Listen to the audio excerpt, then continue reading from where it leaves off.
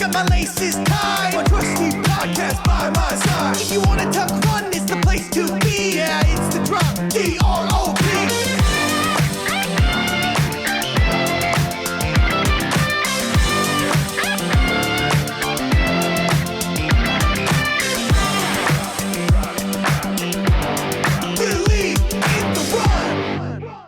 Hey, this is Taylor with Believe in the Run, and I'm here with North Face athlete Seth Ruhling, of which many of you may know or may not know, being that Believe in the Run is out east. Seth Ruhling's originally an East Coast boy. We have a lot of fans who are familiar with you because of that and some of your races out there and kind of down south in Tennessee. But Seth, I'm going to let you do more of your introduction, but welcome to the show. Welcome to the drop. Yeah, thanks for having me on. Super excited. I guess I'm a Tennessee boy. Grew up in Tennessee, Chattanooga, Tennessee. Got into running kind of like every high schooler does, almost by elimination. Like I wasn't tall enough for basketball, our school didn't have a soccer team, so track and cross country were kind of the popular is this ways to get into it. Where at in Tennessee? Is this rural Tennessee? No, Chattanooga. It's like the south. It's like an hour and a half north of Atlanta. It's like, so you're from Chattanooga, medium-sized town. Yeah. Sweet. Yeah. Okay. Yep. So then, obviously, especially down south, that region, it's a pretty track heavy and ball sport heavy. Were you involved in anything else besides running? I played tennis for a few years. I actually got a Tennessee State championship trophy because our team won state champs. But I wasn't there. I was actually at a track meet, but somehow they just made me a trophy still. Does that sit center of your trophy case? Yeah, it's my most prized possession for sure. No, I mean mainly just running. I played baseball a little bit. I tried all the sports, right? But kind of by the time I got to high school, it was I was just running. Yeah, and I feel like you are you're not that much younger than me, but you're kind of the start of that generation where there are athletes, and I've coached for a while, high school, adults, and beyond. But you guys were one of the first generations that if you started in a sport and you kind of committed, and were you one of those year-round runners of did you commit to that year-round? Yeah, 100%. I guess the reason I got into running initially was in 7th or 8th grade maybe, and it was because my dad started getting into marathons. It was kind of during that Dean Karnazes 50 marathons and 50 states thing. My dad's actually still working on getting all the states. He's trying to run a marathon in each of the states. Do you know how many he's at? I don't know. It's pretty high at this point. It's in the I would guess it's in the 30s. I think he's getting pretty close. Oh, geez. That's awesome. But so that's kind of how I got just generally into running. So through that, I would kind of run all year round, even 8th grade, freshman year of high school and stuff. But it was between freshman and sophomore year where I was all right, I'm taking this super seriously. And I don't know, probably read too many books and didn't understand it quite too much. And was at the track every day all summer, doing mile reps, 5 times a week or something. It was ridiculous. Fire hose mentality. Yeah. And I was at a small school, so our coach would just kind of leave us be when it wasn't the season. I think some better high school programs would the coach would be with you and as much as they were allowed to, but so we were just on our own. So it was me and a buddy were just at the track, mile reps one day. I think we'd do trails because there was some trails by the school, so we'd run trails on another day, and then the other day was mile reps or 800. It was just so much intensity, which is funny because I never actually got that fast. Yeah. So then, did you continue running after high school? Mm-hmm. I ended up going to got a scholarship to run at Lee University, which is a small Division II school. Yep. just north of Chattanooga. I ran there for a year and a half, but I was just like always injured. Kind of went through my difficulties there. So actually, halfway through my sophomore year, I left and just went straight to triathlons because I loved cycling. Like that was kind of like cycling was a thing I loved. I had no idea if I liked swimming or not. Turns out I didn't. But yeah, so after that, I actually transferred to another private school that didn't have like a sports programs, and so I just like did triathlons up until I found trail like a year after graduating college, I guess. So what year was this like that you were into triathlons and transitioned to trails? Like what year was that for you? Yeah, that was 2019. So Oh, I had geez. 2018, I had gotten my elite license in triathlon. Like it's a thing, like if you place high enough and I don't know, there's like an algorithm, you can get your like elite license, which doesn't mean you're getting paid. It just means like you can get into elite races. Yeah. And I was also in nursing school at the time. I'd gone back to school to do nursing school, and it was like I couldn't train for 3 sports at one time. So I pretty much told my triathlon coach, I was like, "Hey, like I'm done. Like I can't do this." And he was just like, "All right, like totally understand. Like just go out, have fun. Like you're good at cycling and running. Like go do bike races, go do running races." And it was like a month after kind of like telling my coach I was quitting triathlon that I had 2 back-to-back weekends. I had a mountain bike race and I had a trail race. And I did the mountain bike race and it was like super fun. I love mountain biking. I just got like 11th or something. And then I went to the trail race and I won and like set a course record and stuff. And I was like, all right, this is like pretty fun. So what race was this? I'm sure that was part of that core crowd that would know. Yeah, everybody's got to go do it. It's in just outside of Asheville, Black Mountain, North Carolina. It's called Seven Sisters. It's like a 15K or 15 miles. I can't remember the distance. Such a beautiful. It's one of the coolest courses on the East Coast that I've been on. Just because it's super logical. Like the trail just runs like this ring around Montreat where it starts. It's like a university there. I don't know. You run up to like 5,500 feet, which is like kind of cool for being in the East Coast. Yeah. It's a beautiful area. So trails are great. And I glanced at your ultra sign up. Is that one you've repeated multiple times? Or there was? No, I only did that once. I always forget this part of my trail journey. In high school, I got convinced to do a 40-mile trail run twice in Georgia. So that I always forget. Whenever I'm like, oh, I got into trail in 2019, it's always like, no, actually. Yeah, that was on a dare. I mean, so that was on a dare. Like, were your like parents, were they outdoorsy? Or I know you said your dad was getting into running and you did too, but yeah, my dad was and his buddies would go backpack in different places or like mountaineer each summer, like for a week or 2 at a time. Like they did some stuff now that like as a kid I was kind of like, oh, that's cool.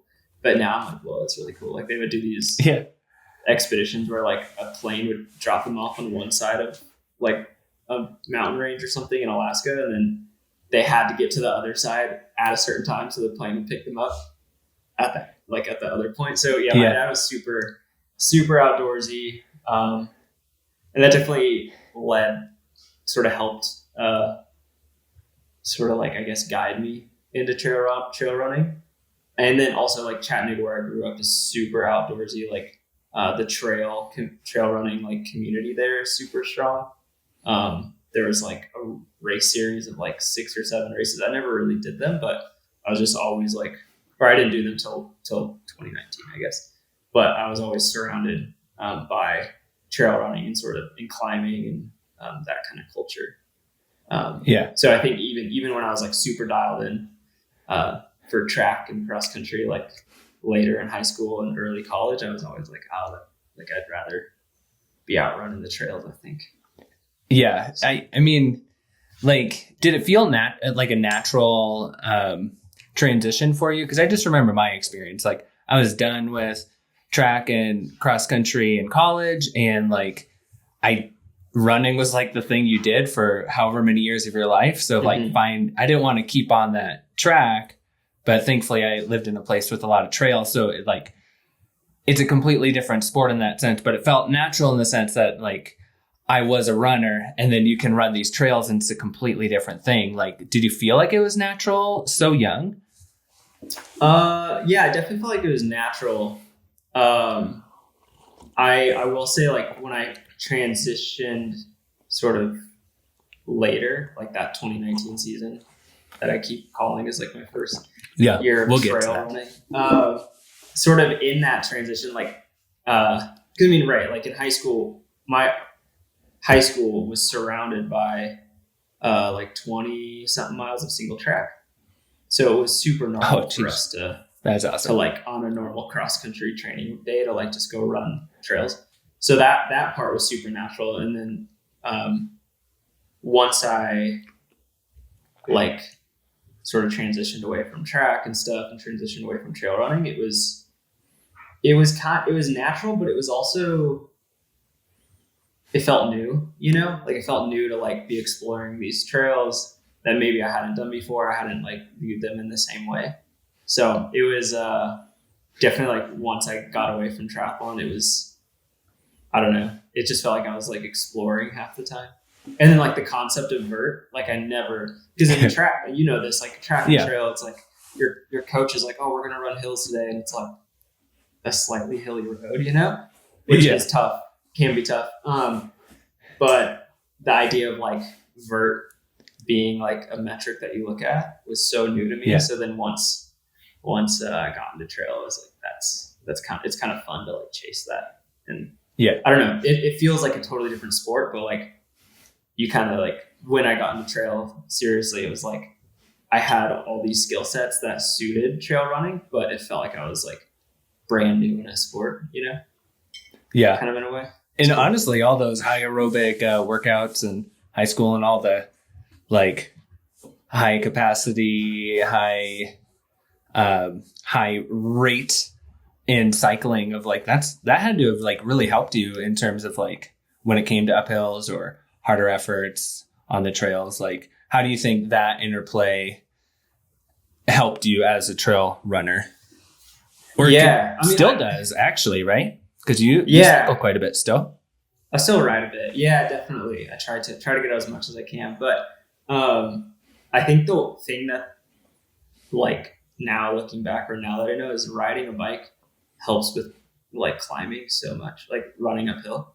So then once I went from triathlon to trail, it was like I found that I was pretty good at going uphill, where like maybe if I had just come from running, I wouldn't have been so efficient. So yeah, it was like, I think it helped a ton with like having sort of immediate success in trail running, and also just enjoying like going uphill and enjoying like maybe the harder bits of trail running. Yeah, which is not typically the piece that most people enjoy about running, but I feel like, I mean, you and I are both out in Colorado, so you have to enjoy it to an extent, I guess.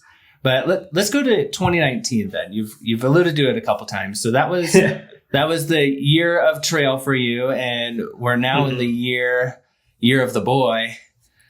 And absolutely. And so like, let's 2019 to 2025. There's been a ton that has happened for you as an athlete, as a person.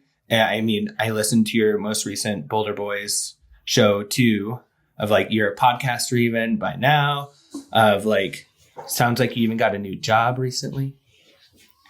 Oh, no, not me. I've been working the same job for a few years. Oh, okay. Yeah. Okay. Yeah. Well, maybe somebody else got a new job. Maybe. I can't. Yeah. I can't or were they just really joking about, I suppose, the mechanic part? Oh, that was a total joke. Yeah. I could not. I should have finished that one out. Yeah, I tried to fix my wife's car and was unsuccessful. So you do not want Okay. me to be So they are slamming you on the podcast. Yes. When Yeah, you weren't 100%. there. Okay. Yeah. Okay, that's the kind of boys you're living with around these days. But let's go to 2019. Year of the trail. What happened? Yeah, I mean, I did the Seven Sisters that year, won. And then I did a 50K with a buddy. A buddy of mine also got into trail running at the same time. So we went and did this 50K, had a good success there. And then it was like, oh, like this is kind of fun. Like winning's fun. Like also success. Yeah. As in winning. Yeah. Are you winning these and still? Yeah. Winning. And I think that was another course record. Which these are like small races. Yeah. But But still. it was like all I knew. So, and then I kind of like stepped up to what was going to be like the first kind of real competitive 50K that I did that year, which was Stump Jump 50K, which is in Chattanooga. Mm-hmm. But for a few years there, they were bringing in like Solomon athletes or whoever the sponsor, like one of the co-sponsors of the race was. And that year it was Solomon. They actually brought out Darren Thomas. He's a good buddy now. Okay, sweet. Anyway, had a good race there. That was like September of 2019. Won, set the course record. And then the last sort of race that year was JFK 50, which I'd never done a 50 miler before. And I don't know. I didn't know if I could win, but I remember there was a guy at the time that the race got a lot quicker. But there was a guy, and I'm blanking on his name, but he did some races in Chattanooga back in the day. And I knew he ran like 5:39 or something for the race. And I was like, okay, like I think I can go that fast. Which for like people listening, the JFK 50 is part of it's on the Appalachian Trail around, the first segment is the Appalachian Trail. You got some rail trails and you got some road. So it's a really hot mix and you get a lot of athletes who are like road athletes, good marathoners who come to something like that. You also get some really solid trail athletes. So it's a really it's a surprisingly competitive field every single year. Single year. Would you agree with that? Yeah, 100%. And I think the cool thing about JFK is it does bring a lot of road athletes. But then I mean, it's obvious if you look at the results, that trail athletes are the ones that end up finding the most success there. And it's kind of this like reality that ultra running is almost a different sport than the marathon, Totally. Yeah. Which like feels validating, particularly, I don't know, being a trail runner and being like, well, it's just different. Being a professional. Yeah. But yeah, so in 2019, ended up going JFK, winning, and I think I ran like 5th fastest time or something.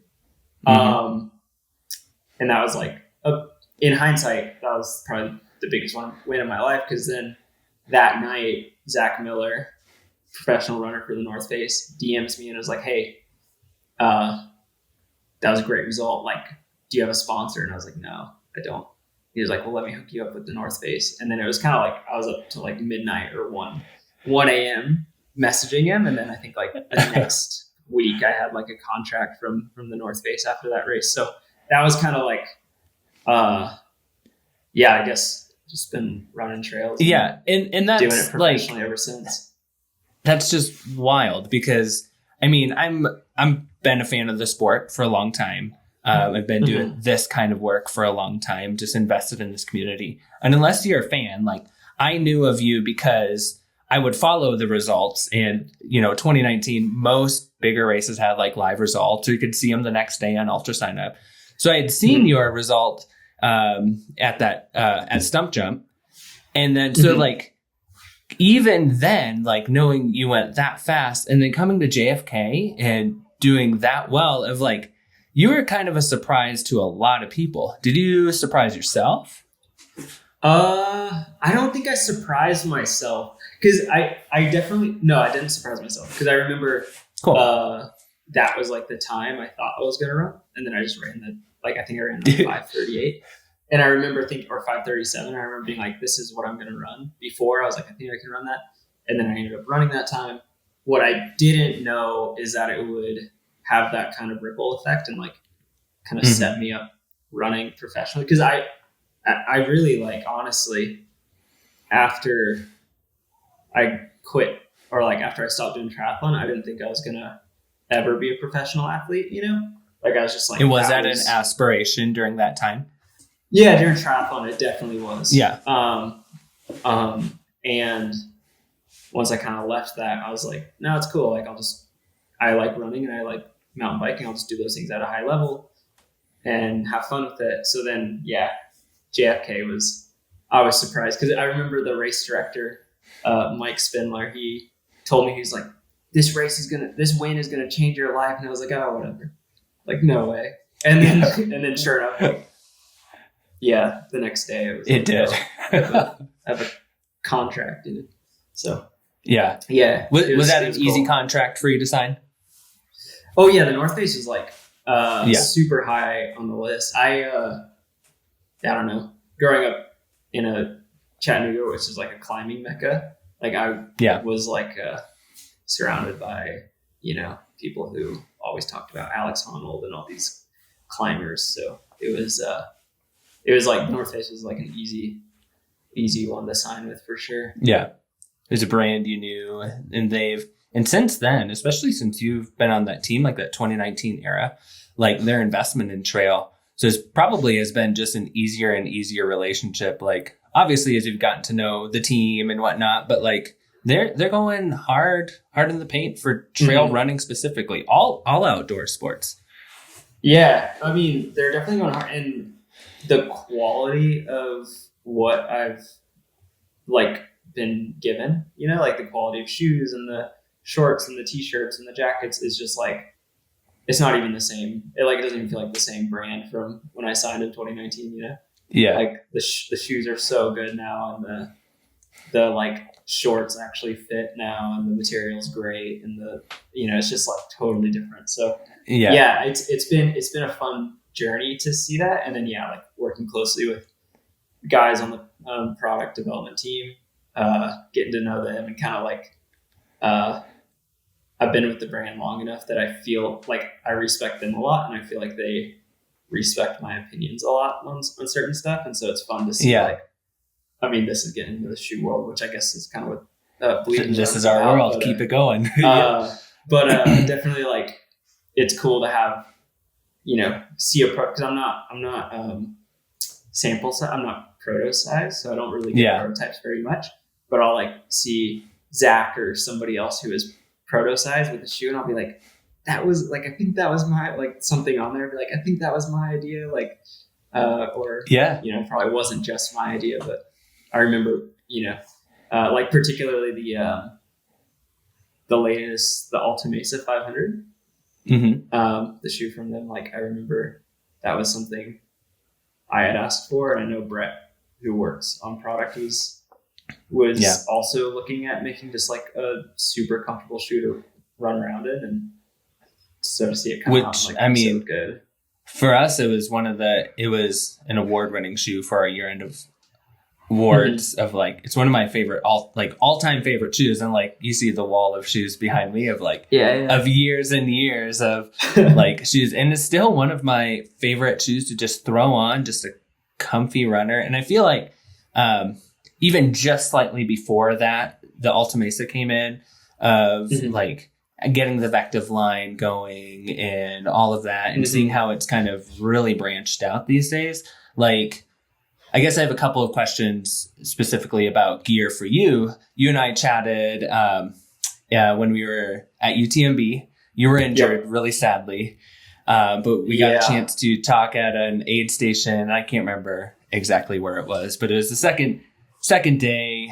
Pink Church. I can't remember. Triumph. Beautiful town. Triumph. Yeah, there we go. You were telling me about the insane climb out of there, but then we ended up talking a little bit about shoes. And I know I have a favorite when it comes to the North Face lineup, but like, do you have an all-time favorite shoe or something that you're really enjoying running in now? Yeah, I mean, my all-time favorite shoe from the North Face is definitely the Endurus 4 at the moment. Okay. Which it's the shoe I've been racing in this year. I run Black Canyon, right? Yeah, Black Canyon, Canyon's 50K. It's just like it's like it's their it's kind of marketed as like a just a trainer, right? Like yeah, you're do it all type of trail runner. Do it all type of trail running shoe, and it turns out to be quite responsive from a trail running shoe standpoint. And like me and a buddy were talking, a friend I run with who he's not sponsored, but he bought the shoe. He's like, I'm convinced it's impossible to roll your ankle in this shoe. And It's amazing. Like, I kind of like, I hadn't thought about it, and I was like, oh yeah, you're right. Like I've never really misstepped in the shoe, but it's also a high stack shoe, so I feel like they did a really good job of making like a high stack responsive shoe that feels pretty natural in the foot, I guess. That's the shoe for me right now. Okay, that's the shoe. And for us too, of like that's at the top of the list right now in terms of like your daily trail runners. It's been, yeah. I mean, it has that Vective 3.0 plate, but not the carbon plate. That's not so aggressive, but it has that like really dynamic stability is kind of the words I've been using for it. Plus it has the foam. That Dream Foam reminds me most of the Alta Mesa. Like those are the most similar in terms of like cushion and responsiveness. It doesn't, I just love that shoe. I between that and the Vective Pro 2, like two of my favorite shoes ever of all trail running. So you got some good stuff to run in. I keep a pair of the Pro 2s. Just in case. Just in case. Like I'm going out to going out to Western States in like a week and a half. And I'll bring those along just in case, you know? Yeah, the cool. Because I can't really we're onto the 3 now, so I can't really get my hands on the 2 so much. So exactly. I'm sure on Reddit or eBay. Loaded. Yeah, true. Yeah. So, I want to get to Western States here real soon too, because that's been fresh on your mind for quite some time. Mm-hmm. But let's go back. You had success at JFK, signed the contract. You had another year at JFK, right? And 2023. I went back 4 years later.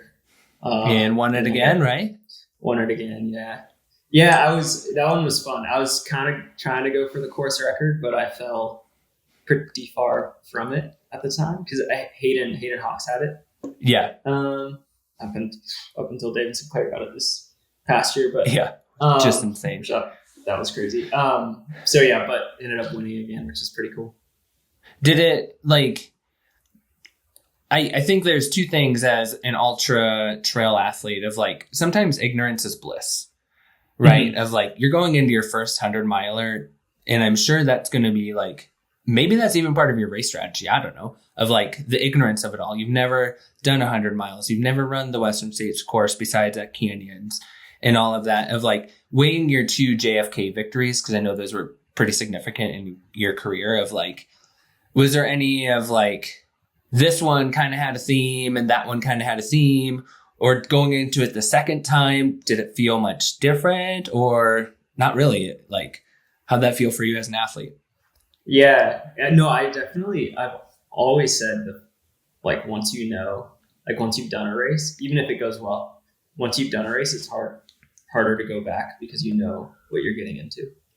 So the first time it was, had no idea what I was doing. And I actually like the first time at JFK, like I went out so fast that I ended up having to walk parts of the like flat towpath because I was like, I had no idea what I was doing. And the only reason I like kept running was because I knew I was in the lead. You know what I mean? Like I was like, well, I'm in the, like if I had been in like 10th place, I felt the first year I ran it, I felt so bad. I was like, I probably would have just dropped out. But then like being in the lead, you're like, oh, I'll just keep going until someone passes me. And then I started feeling better.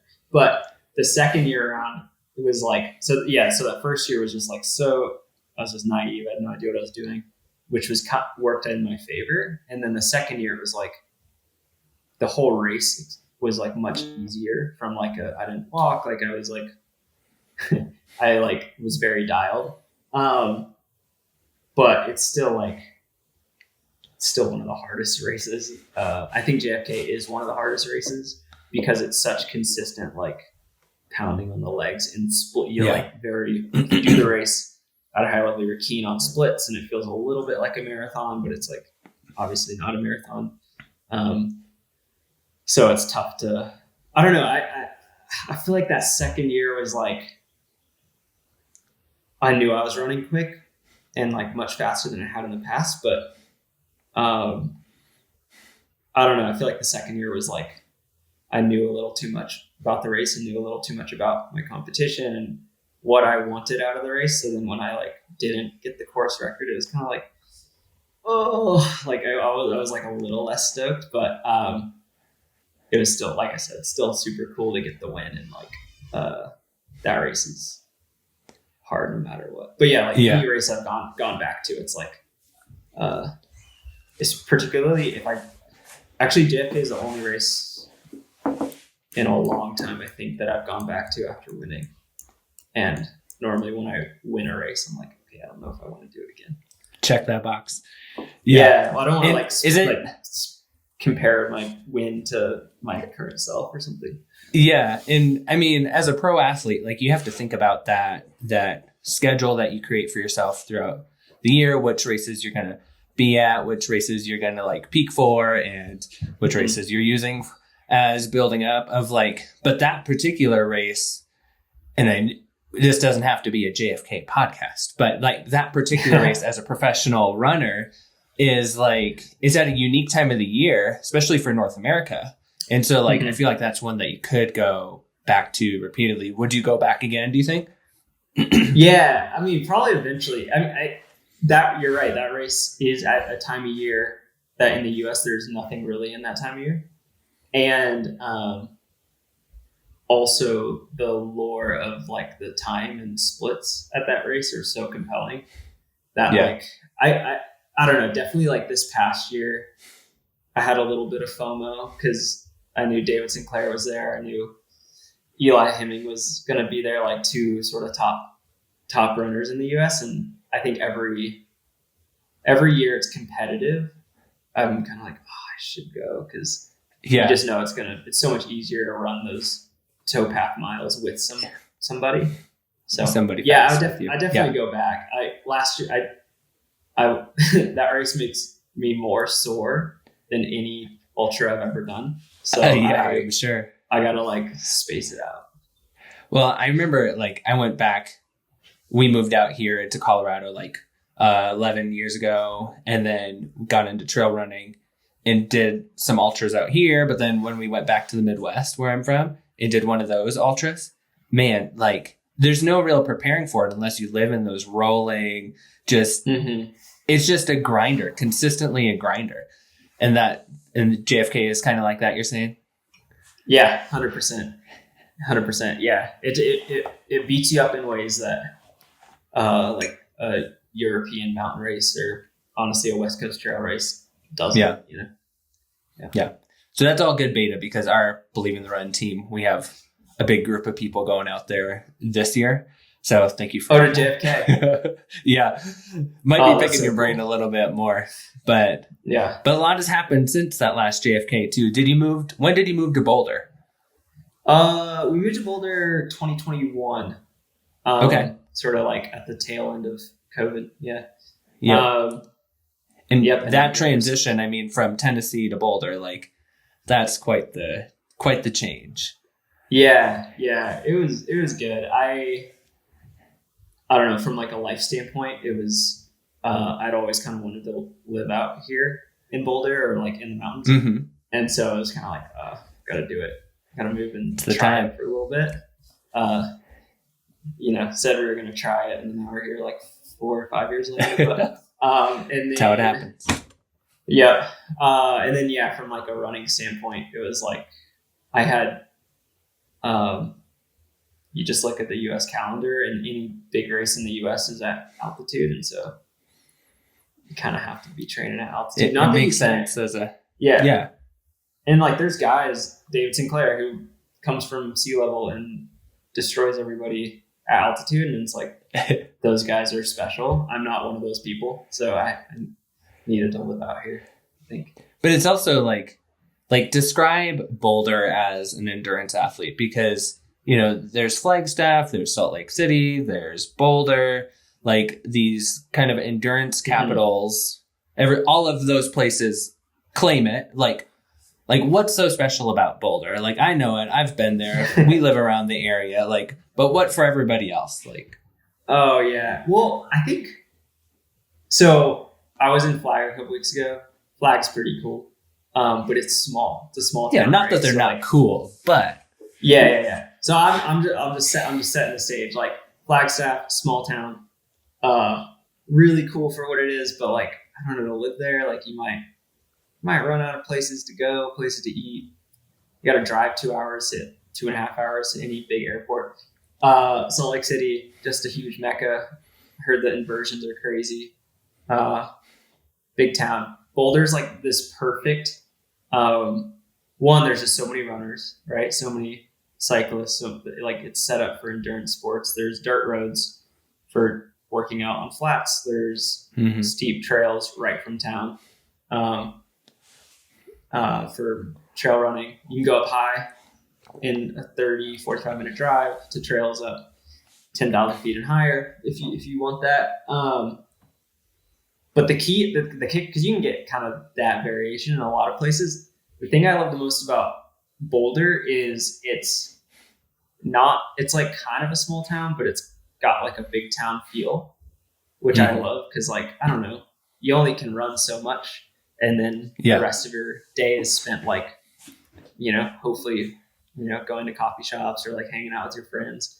And I love that Boulder is this like endurance. Like, I can hit trails straight from downtown, but it's like you can go from like one of the best coffee shops in the state up to like, you know, out on like a 25-mile run with a bunch of elevation gain. And then you can like go straight to burritos, you know? It's like, I don't know. That's like my favorite part about it. You don't have to drive. Those are the best days. It's perfect. And then, like now, obviously, like have a really good friend group and guys I train with quite a bit. Yeah. And it's I think the people that I hang out with and like surround myself with are what make this area the best. But if you're deciding where to move, Boulder has it all. And you're like a 45-minute bus ride to DIA, and you can go direct to I don't know, Europe immediately. So it's too cool. And it's like, it's just like plopped in such a unique zone. And like, even weather-wise, like I'm like 45 minutes from you. Of course, I'm in the mountains a little bit, but like it can be 45 degrees here and I go down there and it's 70, or, you know, it's just like such a moderate place to live with access to everything else. Like, you know, Boulder is pretty sweet. And you kind of alluded to it. You're not just a runner. You talked about coffee a little bit of like, like what other passions does Seth Ruhling have? Oh, I mean, a lot of it's running. A lot of my passion is like revolves around running, where there's like track, like watching track or like kind of investing in that. So this last weekend was wonderful for you. Oh yeah, it was huge. I mean, with Oslo on Thursday and Stockholm, dude. The Diamond Leagues, and then there's a race today. What? I need to look at those results. And then cycling, obviously big. That's like training, I guess. I don't know. A lot of my hobbies are around training, but I do like basketball quite a bit. I would play more, but the last time I played, I tweaked my knee. It's like me and skateboarding. I should just stay off, but I love it too much. It's fun. It's fun. And then coffee. Coffee is like probably one of the more like chill hobbies that I have invested in over the past like 10 years, I guess. With like I don't know, just making coffee. Like, I don't know, it's kind of an art to make a good coffee or a good espresso. So yeah, and I don't know why. I've like I'm into that too. Like, I've had to let some of it go, but of like there's just something about having some other laid back thing to invest in that like just can kind of keep, and I love coffee for coffee. Yeah, let's just put that there and the art about it. But it's also like having something like that within life and all this running stuff. The balance piece of like, do you feel like you're well balanced as an athlete?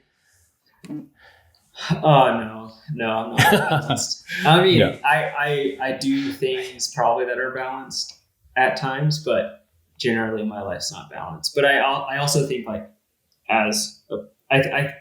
I'll say this. I think there's some people who thrive off of balance and having like a lot of like things balanced, and then they perform well running. I think I am, as a professional athlete, my job is to be not balanced for as long as I'm a professional. That's a good point. Oh. Yeah, and also like I don't know, I think it's super like I'm not balanced at all, but like it's where I want to be, so it feels balanced in a way, I guess. Exactly. I mean, and that's the thing of like whether you're talking about coffee or running or whatever, cycling, food, whatever. Of like, it's fun to see that level of passion, even as a professional, of like that level of passion that just feeding your joy and who you are as a person. Of like, that's so cool to see in like in professional athletes like you. So coffee question real quick. Can you give me your top 3 shops between Denver and Fort Collins? Denver and Fort Collins. I went to one coffee shop in Fort Collins. I can't remember what it was. All right. Well, my favorite coffee shop in Boulder is Verb, like the action Verb. Super good. It's the only place I've had a cold brew with carbonation of like. That was so unique. So good they got that. It's so good. They do good work, and they source really good beans. A lot of white roast, and the coolest thing they do, which I haven't been able to find too often, or it's pretty rare, is they'll have like one bean from seemingly like the same farmer or the same region, and they'll have it like processed 3 different ways. Which is fun, I need to stop to try it. Yeah, it's a good place to buy beans. And then. And Denver, I like Middle State a lot. Middle State coffee roasters, very good. There's so many places. Denver actually is so good for coffee. There's like one of the cooler shops. I think the coffee was pretty good, but the cooler vibe was a Lula Rose General Store. It's on like Colfax, I think. It's down the street from the Voodoo Donuts down there. That vibe is very cool. And then, Huckleberry. So, okay, top 3. Definitely Verb, Middle State, and then Huckleberry, which is like a classic roaster in Denver. Okay, that's good beta. So, that's awesome. Okay, so I want to get into some Western States talk with you. All right. Obviously, I didn't know, honestly, of like how much Western States I wanted to talk with you. Yeah. Obviously, that's at the forefront of your mind. But saying that, like, you saying that you're unbalanced enough to, like, I'm sure you're just, everything in life right now is Western States based on how you're talking. And I mean, as a professional too, of like, makes for good entertainment come the day of like, here's my perception. I'm just going to give you my perception real quick. I read all the articles, all the projections, all that kind of stuff. Everybody's lining up against Killian and these many other athletes. And, it's kind of like Seth Ruhling is running his first 100. But, like, you're my guy. You're my guy. Like, you're the guy I have, like, penciled in there on my free trail fantasy and all that kind of stuff. Of, like, this is a big question, and I'm not trying to put more pressure on you than you probably already feel, but like, where do you see yourself? Like, when you think about the race, you have the Boulder boys. I mean, we could have a whole nother podcast just talking about you guys together as a team. I mean, you have some of the best experienced runners who have had success on that course, who are just like seemingly wonderful dudes. And I'm sure they're all going to be there helping you out of like, you have to feel confident going into this with your training block, with Black Canyon record, with, you know, all the backing of a brand and all your buddies. And just like, from my point of view of like, I don't see like you have nothing to lose on that day of like, No, how do you feel about it though?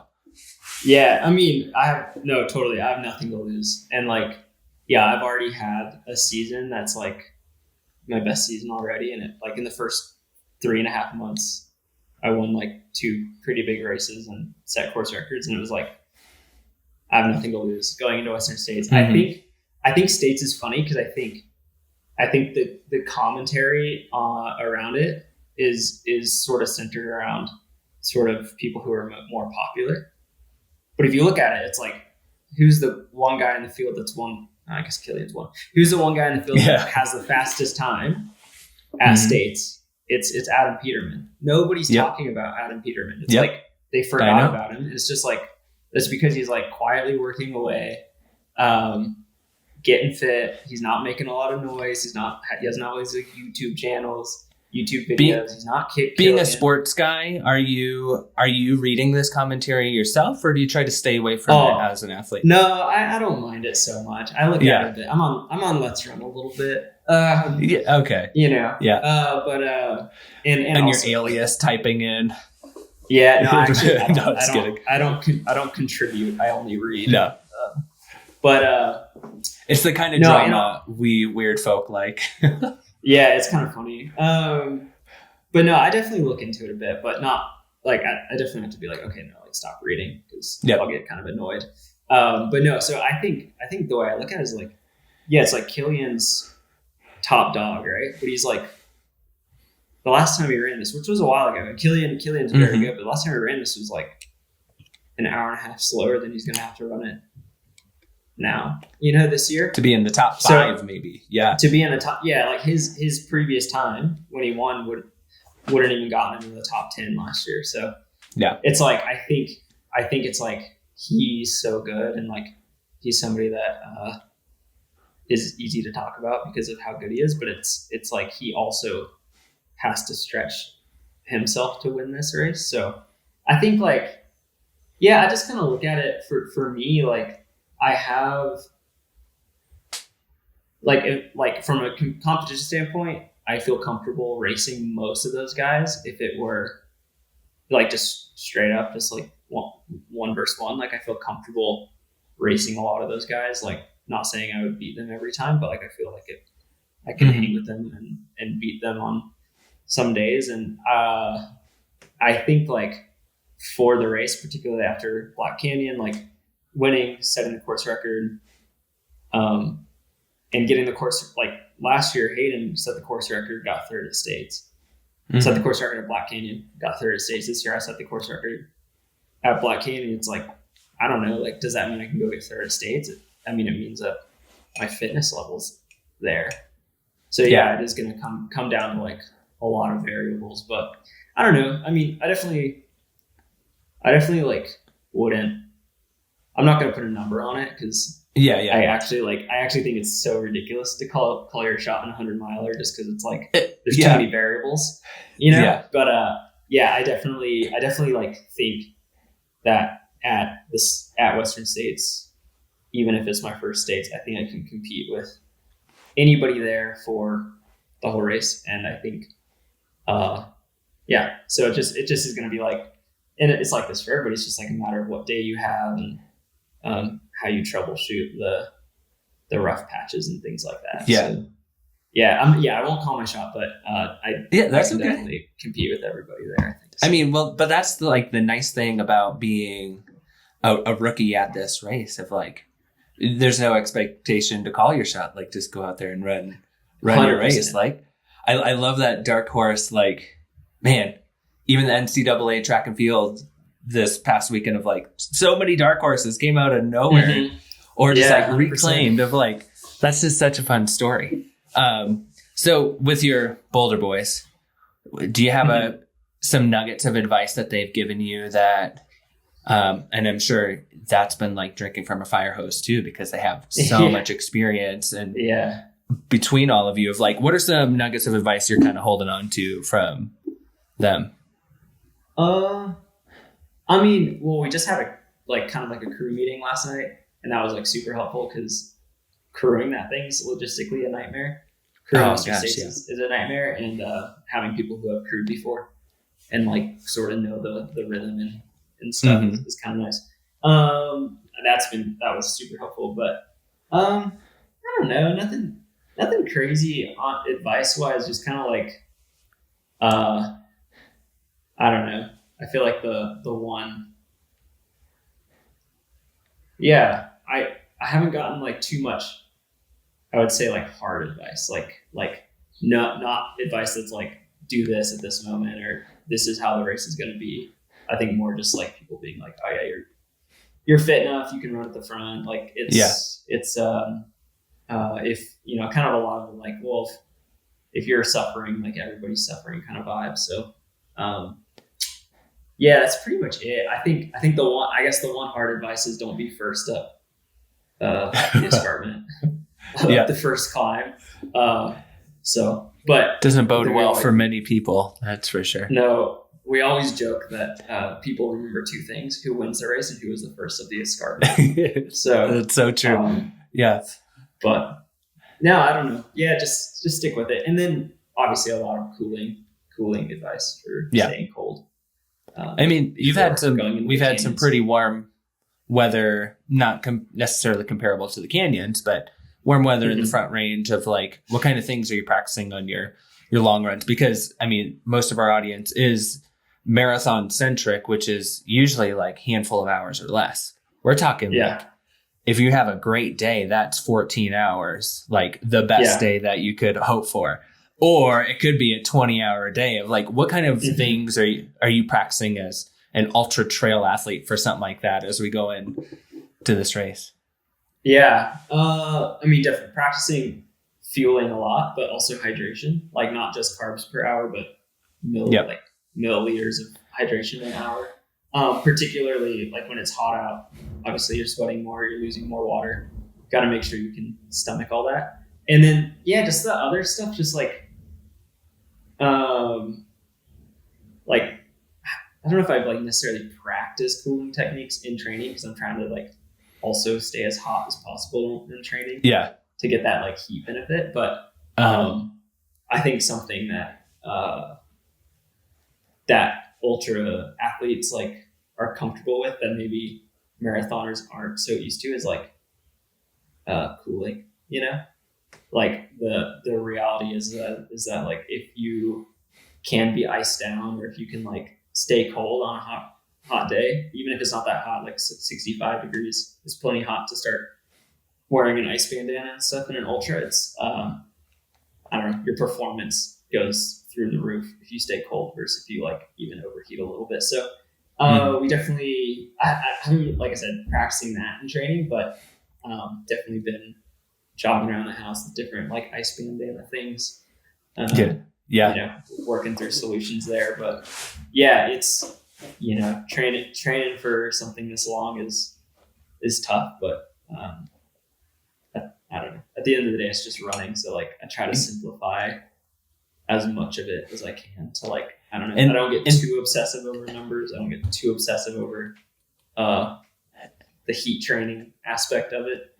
Try to make sure like, and for this all of it. Particular race, Western States, of like some of the athletes who have done the best have done exactly what you've said, of just like keeping it simple, something you can think through, process.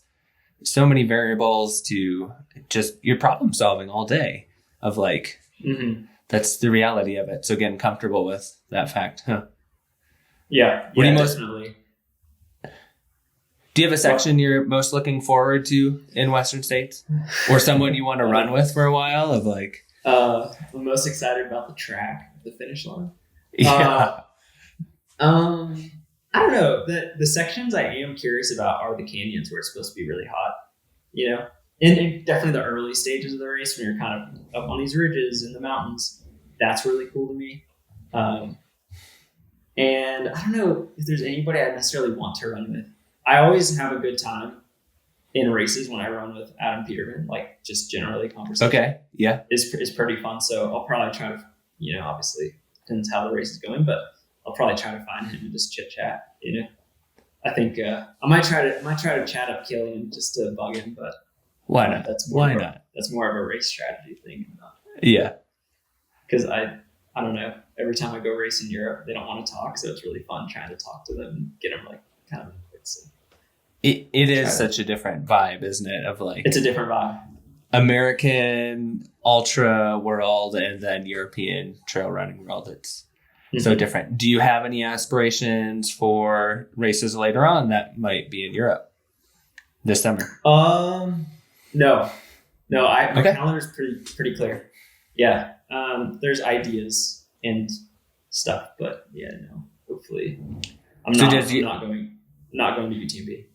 So your calendar stops at Western States, and then we'll see what happens after that. Yeah, 100%. I'm signed up for the only race I'm signed up for after States is Ultra Trail Cape Town in South Africa. Oh, cool. But we'll see. We'll see how I feel after running 100 miles. Yeah.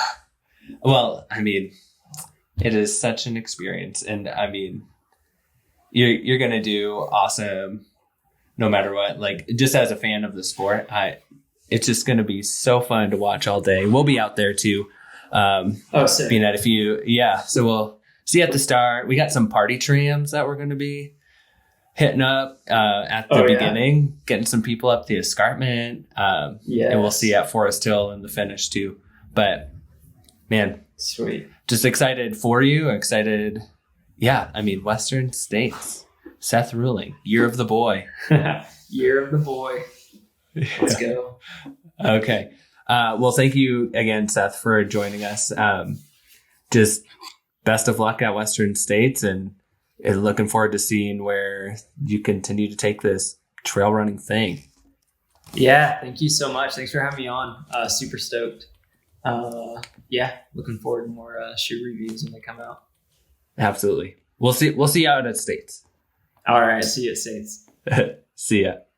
Give a good stretch, got my laces tied. My trusty podcast by my side. If you wanna talk run, it's the place to be. Yeah, it's the drop, DROP.